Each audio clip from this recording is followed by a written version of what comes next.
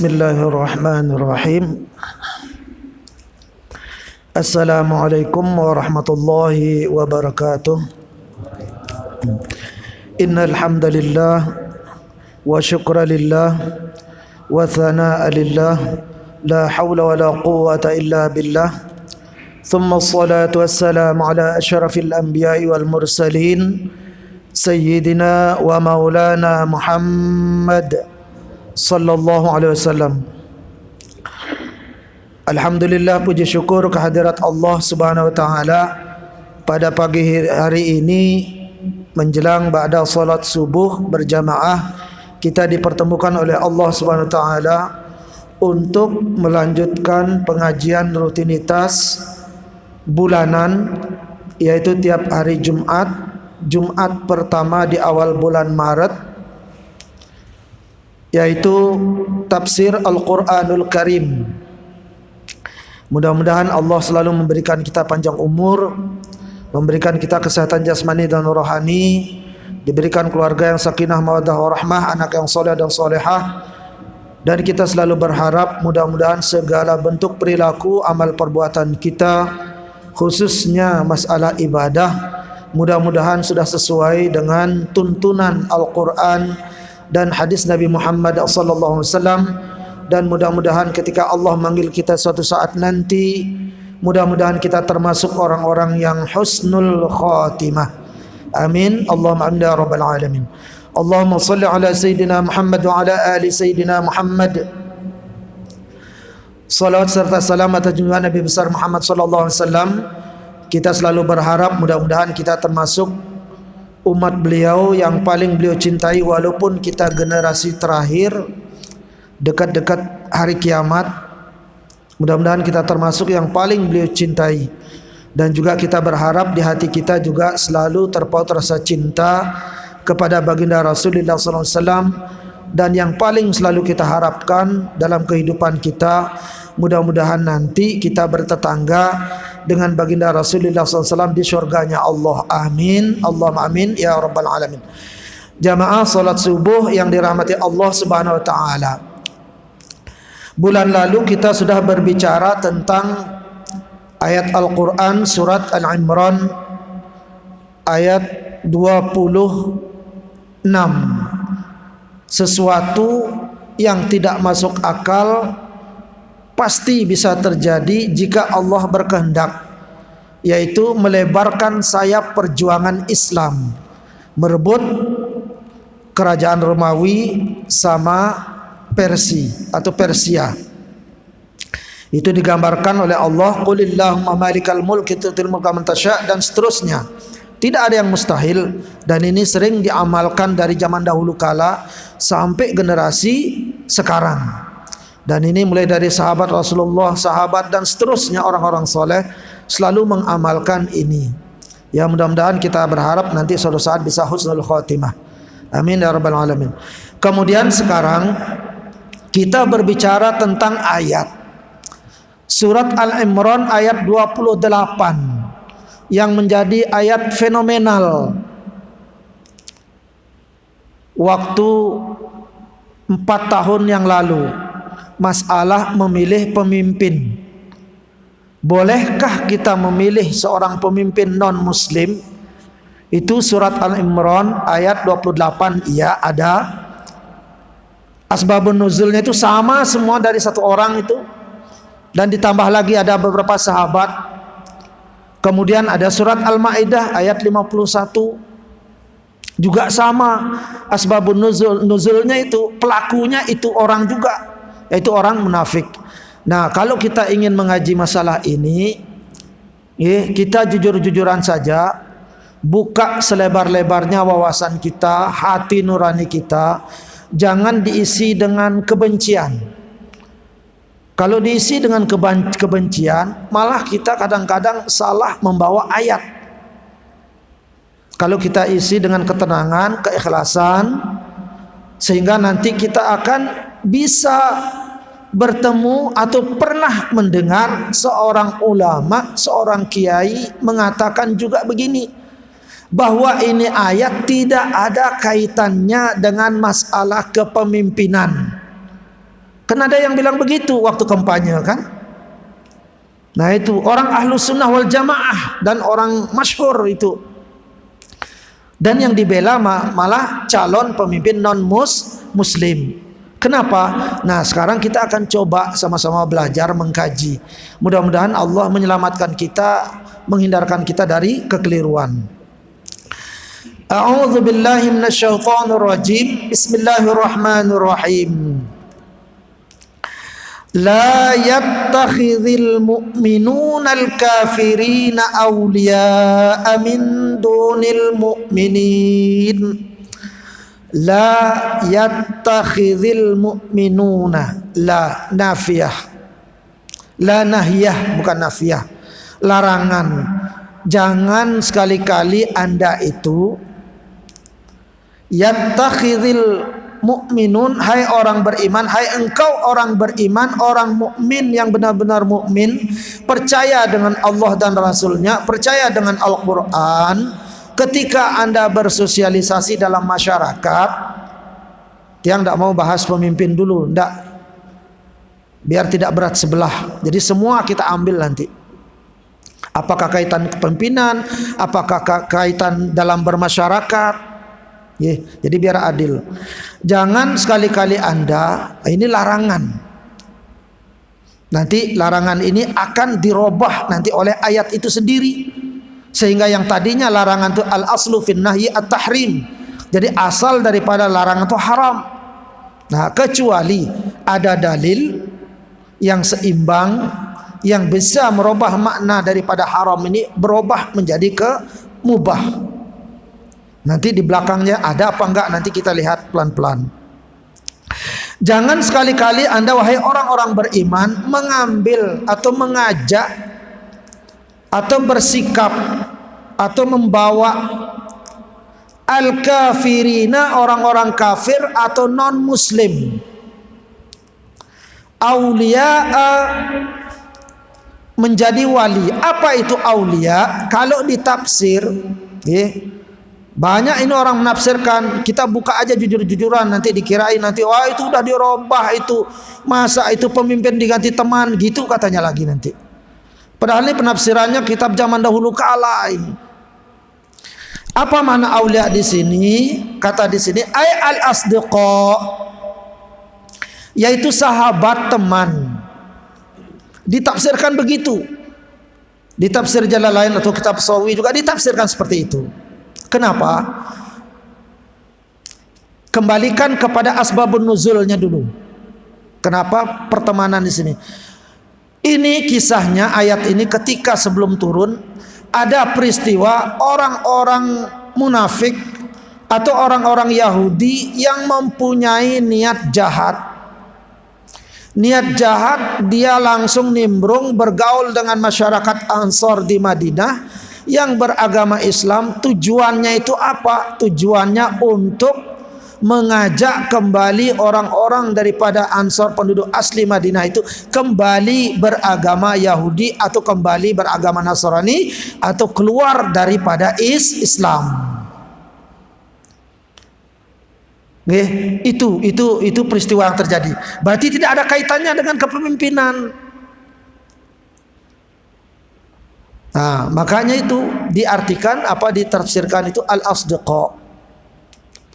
Nah, karena peristiwanya pada saat itu ketika umat Islam sudah semakin berkembang, ada penyusup yang masuk ke lingkaran kelompok masyarakat kaum muslimin yang ada di Madinah, biar mereka itu mau kembali kepada agama mereka yang dahulu kala, mau murtad, pemurtadan. Nah, sampai sekarang kan ada itu banyak yang kayak begitu, lewat bantuan ini, kadang lewat mie, kadang dikasih utang, kadang begini, nanti kalau Anda tidak mau diancam. Nah, berarti kan pas asbabun nuzulnya ini. Nah, jadi sekilasnya kalau ayat ini kita artikan, kita terjemahkan, kita bawa bahwa kita itu dilarang bergaul, bersahabat dekat dengan orang-orang non-muslim yang sekiranya akan membawa bahaya akidah kita, bahkan akan membawa mudarat yang besar buat diri kita dan keluarga kita. Maka haram hukumnya kita bersahabat dengan orang-orang seperti itu. Jadi tidak ada kaitannya dengan kepemimpinan. Asbabun nuzul yang kedua, ada seorang Islam beragama Islam namanya Abdullah bin Ubay bin Salul. Di mana-mana Abdullah bin Ubay bin Salul terkenal jadi penyakit di Madinah. Suka perusak padahal dia orang Islam. Kenapa? Karena ternyata ketika Allah mewahyukan kepada baginda Rasul, ternyata ini Abdullah bin Ubay bin Salul ini dan kelompoknya jumlahnya 300 ashkhas. Ada 300 orang, ini ternyata orang munafik yang pura-pura menjadi orang Islam. Tapi persahabatannya, kekuatannya, kedekatannya itu dengan siapa? Bukan dengan orang Islam, yaitu dengan orang-orang non-Muslim. Diajaknya kompromi, kerjasama. Untuk apa? Untuk menjatuhkan Rasulullah. Zafrul a'da' li Rasulillah wa ashabihi. Menancapkan permusuhan kepada baginda Rasul dan para sahabat. Dan ini kelakuannya dia ini dengan kelompoknya. Ketika orang berjihad, dia tidak mau ikut. Pas ketika orang pulang dari perang, apa kata mereka itu? Syukur saya tidak ikut. Coba kalau saya ikut bisa-bisa mati saya, terus apa makan keluarga saya di rumah, katanya dia. Nanti ketika umpamanya menang bawa harta rampasan perang atau ghanimah, paling dulu balap-balapan. Nah ternyata dia itu orang munafik, orang Islam. Nah dia juga ikut menyusup, selalu bikin fitnah, selalu bikin permusuhan di sini. Nah karena itulah kalau kita gabungkan ayat masalah wali dengan asbabun nuzulnya, karena ketika kita menafsirkan Al-Quran itu tidak boleh lepas dengan asbabun nuzulnya, ya, tidak bisa, harus itu. Nah makanya turunlah ayat ini. Jangan sekali-kali anda itu dekat dengan orang-orang seperti Abdullah bin Ubay bin Salul dan kelompoknya yang jumlahnya 300 orang, dan itu berbahaya. Aywalunahum, ketika anda berteman dengan orang-orang seperti itu, dan jangan berteman apalagi yuwalunahum. Maksud yuwalunahum itu apa? Yuhibbunahum, kamu terlalu suka berteman sama mereka. Wa yamiluna alaihim, kemudian kamu lebih condong kamu itu berteman dengan mereka, apalagi sudah jelas-jelas dia itu mau merusak umat Islam sendiri. Nah, itu maknanya. Min dunil mu'minin, malah kamu tuh menjauh dengan orang Islam sendiri, malah kerjasamanya itu dengan orang kafir, apalagi jelas-jelas dia itu akan merusak daripada agama kita. Jadi kesimpulan sementara, haram hukumnya kita bersahabat, bersilaturahmi, berteman, atau mungkin kalau kita kaitkan dengan masalah kepemimpinan, karena di suatu kamus juga makna wali itu juga apa? Dijadikan pemimpin. Kalau kita kembalikan kepada Abdullah bin Ubay bin Salul, ketika Bani Qunayqa menyerang kaum muslimin, dan dia si Abdullah bin Salul ini di Al-Maidah itu, dia itu malah dia yang jadi tukang rundingnya, bikinkan surat perjanjian. Nah sahabat yang lain itu tidak mau.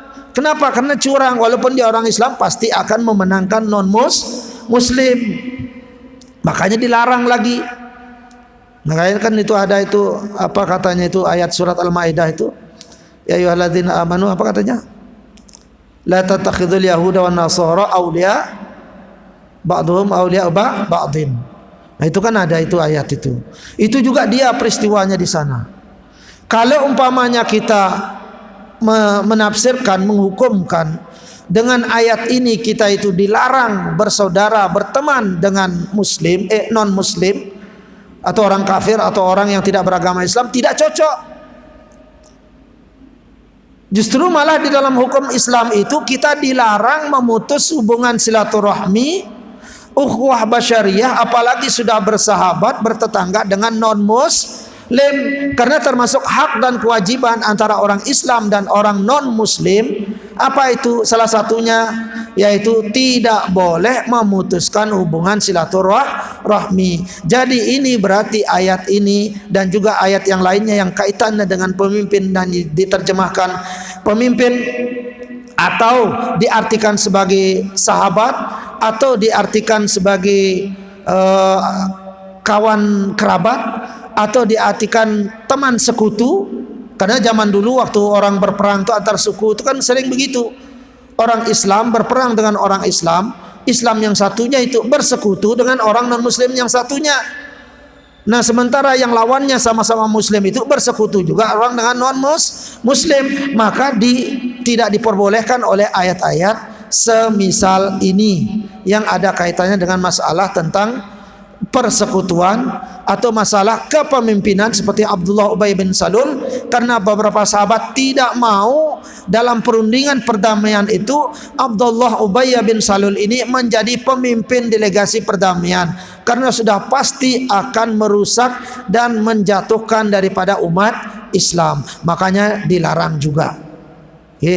Berarti tidak bisa kita artikan bahwa orang kafir itu walaupun dia tidak salah jangan kita dekat, jangan bersama. Tidak bisa. Karena ini sama-sama Bani Adam, sama-sama bersaudara. Ingat itu ada 3 hak daripada orang Islam dan non-Muslim. Apabila Anda diberi amanat, maka yang memberi amanat itu entah orang Islam atau orang yang tidak beragama Islam atau non-Muslim, maka wajib dijaga amanat tersebut. Yang kedua, ketika Anda berjanji, baik Anda berjanji dengan orang Islam atau dengan orang non-Muslim atau orang kafir, maka wajib Anda menepati janji Anda tersebut. Tidak boleh dilanggar. Kalau berhalangan, minta uzur, minta maaf, kasih informasi sebelumnya. Tidak boleh, sama itu hukumnya. Yang ketiga, ketika Anda bersaudara atau bersahabat, baik Anda bersahabat bersaudara dengan orang Islam atau dengan orang yang non-Muslim atau orang kafir, maka tidak boleh putus persaudaraan ini kecuali ada sebab. Sebabnya apa? Ya kayak peristiwa ayat-ayat ini yang viral-viral itu. Itu penyebabnya yang kayak begitu, kecuali sampai membahayakan akidah dan membahayakan umat Islam. Begitu juga ketika umpamanya itu non-Muslim, dia yang kebetulan jadi pemimpin dan kebetulan ada pemilu, maka kita harus benar-benar memilih. Kalau umpamanya tidak ada daripada orang Islam yang jadi calon, mana yang kita pilih? Pilihlah yang sekiranya mudaratnya lebih kecil daripada yang mudaratnya lebih besar. Itu ada kaidahnya juga. Irtikabu daratul asghar li daf'id dararil akbar. Nah, di sinilah perlunya kita memilih calon itu. Nah, ini biar jelas ini permasalahannya, biar kita tidak dikit-dikit nanti dilihat ada tafsir, wah ini ada perubahan diganti, kan begitu orang sering bilang. Padahal dari zaman dahulu kala, sudah dari zaman khalifah sudah ada istilah. Makna wali itu adalah persahabatan. Tidak mesti pemimpin aja, tidak. Karena asbabun nuzulnya memang seperti itu kejadiannya. Jangan kita bilang tidak ada, berarti sama aja kita artinya mau merubah peristiwa fakta yang terjadi zaman dahulu kala. Padahal kita orang Islam.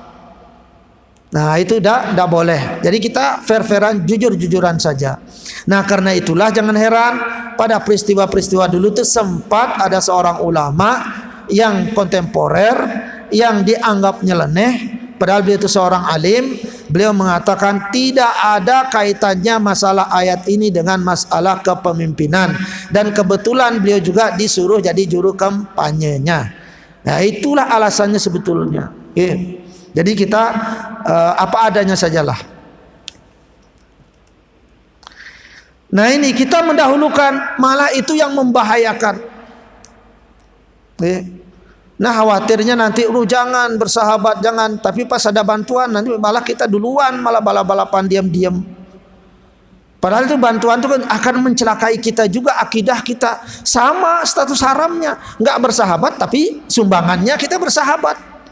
Kan banyak kejadian begitu sekarang. Negara-negara kebanyakan begitu kan. Negara ini begini, negara ini begini, pas diajak kerjasama duluan. Nah, jadi kurang konsisten. Wa may yaf'al dzalika falaysa minallahi fi syai'. Barang siapa yang melanggar, kalau ada orang yang dekat bersahabat atau memilih pemimpin dengan orang-orang tipe yang akan merusak agama Islam sendiri, yang akan merusak, menghancurkan orang Islam sendiri, dan juga akan membuat kerusakan di muka bumi ini dan menghancurkan kehidupan manusia, maka barang siapa yang memilih pemimpin atau berdekatan, bersekutu, bersahabat, bersaudara dengan orang-orang yang jelas-jelas akan berbahaya terhadap dirinya, terhadap keluarganya, terhadap agamanya, maka bagaimana hukumannya? Hukumannya adalah falaisa minallahi fi syai'in. Artinya apa? Maka otomatis dia itu sudah keluar dari agama Islam. Coba buka tafsir itu. Bukan berarti bahwa dia itu akan kena siksa saja, tidak. Keluar daripada agama Islam. Kalau ada orang memilih pemimpin yang akan merusak agama Islam, kalau ada orang memilih teman sejati, sahabat, teman akrab, teman baik, bisnis segala macam, padahal dia akan merusak daripada agama Islam, maka otomatis dia itu sudah keluar daripada agama Islam. Status hukumnya kata ulama di kitab tafsir Sawi tersebut, boleh dicek, apa katanya itu adalah kafir zindik. Nah, jadi tidak main-main. Tapi kalau orang yang tak bersalah kayak tetangga-tetangga kita, kita disuruh bersaudara. Ukhuwah basyariyah harus dijaga. Saling bantu kayak Rasulullah dengan sahabat, kayak sahabat dengan orang-orang non-muslim yang ada di negara Madinah. Negara Madinah itu sekali lagi yang sampaikan adalah negara Bhinneka Tunggal Ika, terdiri berbagai suku ada semua di sana. Agama ada di sana. Lihat perjanjian Madinah. Hak dan kewajiban umat Islam dan non-muslimin dalam persaudaraan dalam satu negara, hak ukhuwah wataniyah itu sama semua. Ketika negara Madinah diserang oleh orang luar, mentang-mentang dia itu satu agama dengan Anda, malah Anda nyerang Madinah, tak boleh. Perjanjian Madinah. Begitu juga sebaliknya. Itu sudah ada. Nah, kalau ada orang yang tetap melakukan memilih pemimpin yang akan merusak daripada agama Islam sendiri dan bersahabat, berteman dengan orang-orang non-muslim yang akan jelas-jelas merusak seperti peristiwa asbabun nuzul ayat ini, maka hukumannya kata Allah otomatis dia itu sudah keluar daripada dinillah, dari agama Allah. Jadi statusnya adalah kafir zindik. Jadi tidak boleh. Nah, kecuali ini kan asal daripada hukum ini kan haram, tidak boleh kan tadi kan? Aslinya begitu. Al aslu fin nahyi at-tahrim. Asal daripada larangan itu adalah haram illa. Kecuali ada dalil yang merubah makna haram itu. Nah, sekarang bisa enggak dirubah makna haram itu? Illa kecuali anta taqu minhum tuqah. Kecuali ada kekhawatiran pada diri Anda. Kalau zaman dulu, zaman Rasulullah dan para sahabat, kenapa mereka itu mau baik-baik waktu awal-awal muncul Islam? Karena pada saat itu agama Islam itu belum seberapa, belum punya kekuatan. Jadi baik bersahabat dengan non-muslim yang jelas-jelas merusak itu boleh. Asal syaratnya, istilahnya modelnya itu ya model diplomasi lah. Di bibir saja yang ramah, tapi hati kita tidak terima. Kenapa? Karena khawatir. Apa yang dikhawatirkan sehingga boleh kita melanggar hukum ini? Yang kita khawatirkan yang pertama, ada dua ini. Yang pertama, kalau khawatir nyawa kita terancam kalau kita tidak mau bersahabat dengan dia. Yang kedua, kita khawatir kalau tidak mau bersahabat dengan non-muslim yang jelas membahayakan agama kita. Kalau kita tidak mau bersahabat dengan mereka, maka otomatis harta kekayaan kita akan hancur. Kehidupan kita akan rusak. Pertama nyawa, kehidupan, kekayaan akan rusak. Maka disinilah boleh. Tapi bolehnya itu jangan boleh di hati. Jadi hanya di bibir saja. Karena Rasulullah SAW pernah mempraktekkan ketika ada orang datang kepada baginda Rasul, tetap diterima oleh Rasulullah karena kekuatan Islam masih lemah. Ramah luar biasa. Padahal di hati Rasulullah sudah kesel, mangkal, melaknat. Makanya Sayyidah Aisyah ketika mendengar itu kaget. ketika orang itu pulang, "Ya Rasulullah, kenapa ketika Anda ketemu dengan orang itu Anda ramah, tapi pas dia pulang kok ngedumel lagi?" Begitulah cara Islam. Kalau kita bertemu dengan orang-orang itu dan memang tidak punya kekuatan, memang bibir saya itu tugasnya hanya untuk tersenyum, tapi hati saya melaknat daripada orang-orang seperti itu. Nah, pada saat itulah boleh, dan ini berlaku pada zaman Nabi dulu awal-awal muncul Islam, karena kekuatan Islam belum begitu kuat dan belum begitu ada, lemah sekali. Dan ini berlaku sampai di mana? Sampai ke tempat-tempat negara-negara atau wilayah-wilayah yang provinsi atau negara atau provinsi yang muslimnya minoritas. Inilah ayat yang membolehkan kita orang Islam di Bali ini yang minoritas untuk memilih daripada pemimpin non-muslim. Jangan mengatakan tidak boleh. Yang mengatakan tidak boleh itu salah. Ini ayat mengatakan boleh. Kenapa? Karena kita minoritas. Dan sementara kalau dicalonkan daripada orang kita, yang tidak ada yang mencalonkan diri.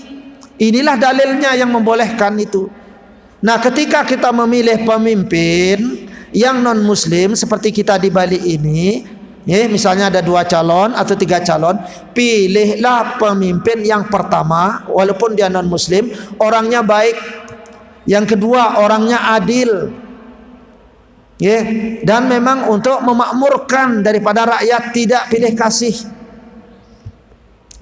Itu caranya. Jadi bukan langsung haram begitu saja. Jangan takut ikut nyoblos pemilihan kepala desa, pemilihan camat, pemilihan gubernur, datang. Berarti gimana kalau kita tidak milih? Bahaya, haram hukumnya kalau nggak milih.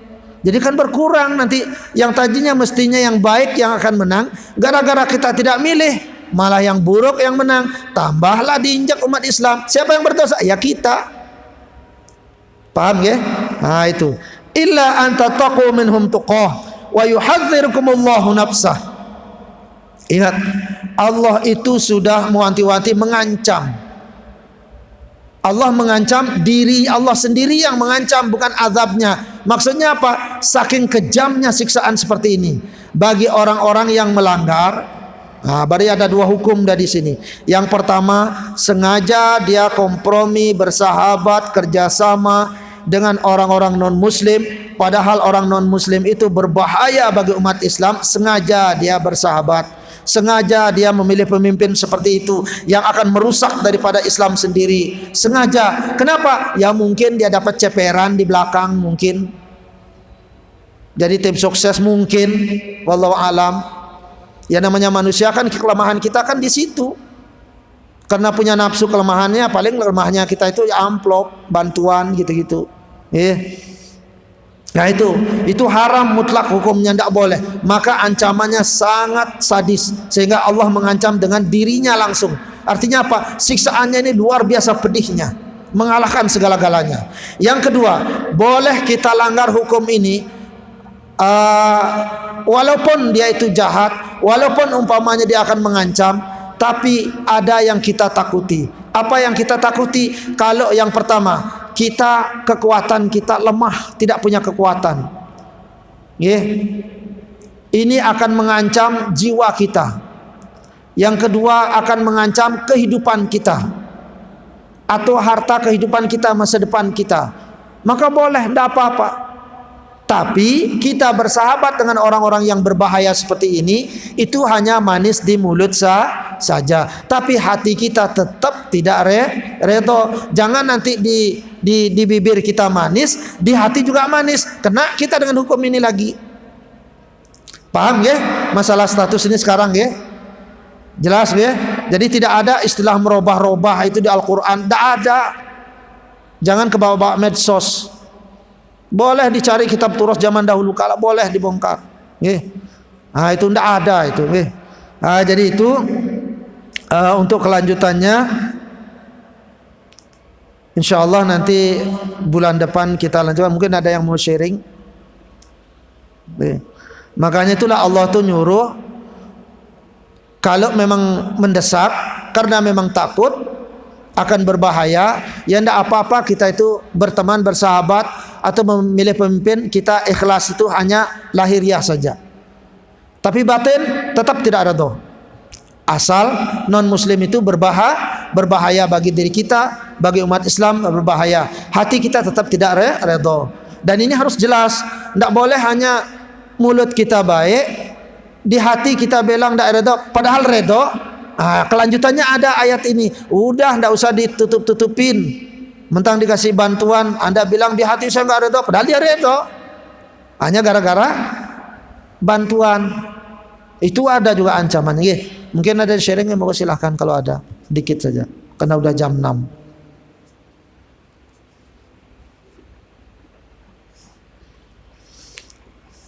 Baik, kalau sudah jelas. Kalau tidak ada yang di-sharing. Nah, itulah ayat ini. Kita jujur-jujur saja. Jangan melihat sebelah mata. Apa adanya, fakta yang sebetulnya terjadi. Kalau memang A, kalau B, kalau C. Jangan dibumbui yang tidak-tidak. Karena selama ini kita tahu banyak juga orang membumbui. Tujuannya apa? Tujuannya ya ingin merebut jabatan juga. Semua urusan politik. Dari zaman Nabi, ketika Nabi meninggal itu sudah ada urusan politik itu ya begitu memang. Nah inilah pentingnya kita mengaji.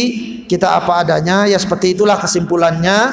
Kesimpulannya adalah yang pertama, haram hukumnya kita bersahabat, haram hukumnya kita memilih pemimpin orang non muslim, apalagi sampai terikat kita dengan dia, penuh dengan cinta kita, keikhlasan kita, padahal dia itu jelas-jelas bahwa akan membahayakan daripada agama kita, membahayakan diri kita, keluarga kita, maka mutlak haram hukumnya, bahkan bisa mengeluarkan kita daripada agama Islam. Jadi kita yang kedua, kita hanya disuruh bersahabat itu dengan orang baik-baik saja. Kalau memang tidak ada pemimpin yang non muslim, yang muslim, yang non muslim saja yang ada calon-calonnya, silahkan pilihlah yang terbaik di antara yang baik, atau pilihlah yang mudaratnya lebih kecil daripada mudaratnya yang lebih besar. Wajib hukumnya kita memilih walaupun calon itu umpamanya non muslim. Karena dikhawatirkan akan berbahaya. Seandainya yang buruk yang kepilih, gara-gara kita tidak masukkan suara, maka kitalah yang berdosa. Jadi bukan siapa. Yang ketiga, boleh kita itu bersahabat, berteman, memilih daripada pemimpin yang membahayakan bagi agama kita apabila syaratnya memenuhi dua. Yang pertama, kita takut nanti akan mati terbunuh. Yang kedua, masa depan harta peninggalan kita akan menjadi dirusak, dihancur, tersiksa hidup tu. Dibolehkan dua ini. Mana dalilnya? Ya inilah juga ayat ini. Dan ini ayat berlaku bukan hanya pada zaman Nabi saja. Orang itu boleh baik, orang itu boleh memilih pemimpin non muslim, sampai sekarang pun ini masih tetap berlaku.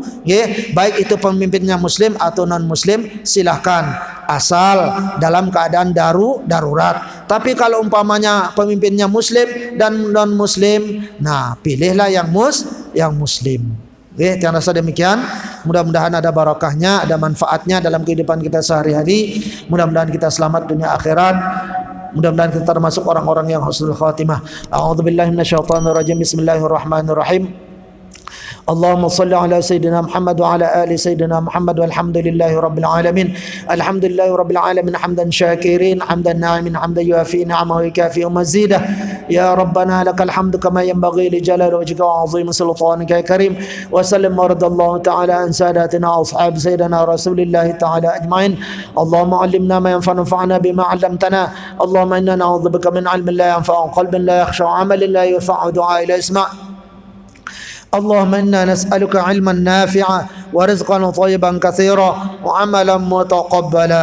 ربنا أرنا الحق حقا وارزقنا اتباعه وأرنا الباطل باطلا وارزقنا اجتنابه. ربنا هب لنا من أزواجنا وذرياتنا قرة أعين واجعلنا للمتقين إماما. ربنا آتنا في الدنيا حسنة وفي الآخرة حسنة وقنا عذاب النار. وصلى الله على خير خلقه سيدنا محمد وعلى آله وصحبه وسلم. سبحان ربك رب العزة عما يصفون وسلام على المرسلين والحمد لله رب العالمين. ثم السلام عليكم ورحمة الله وبركاته.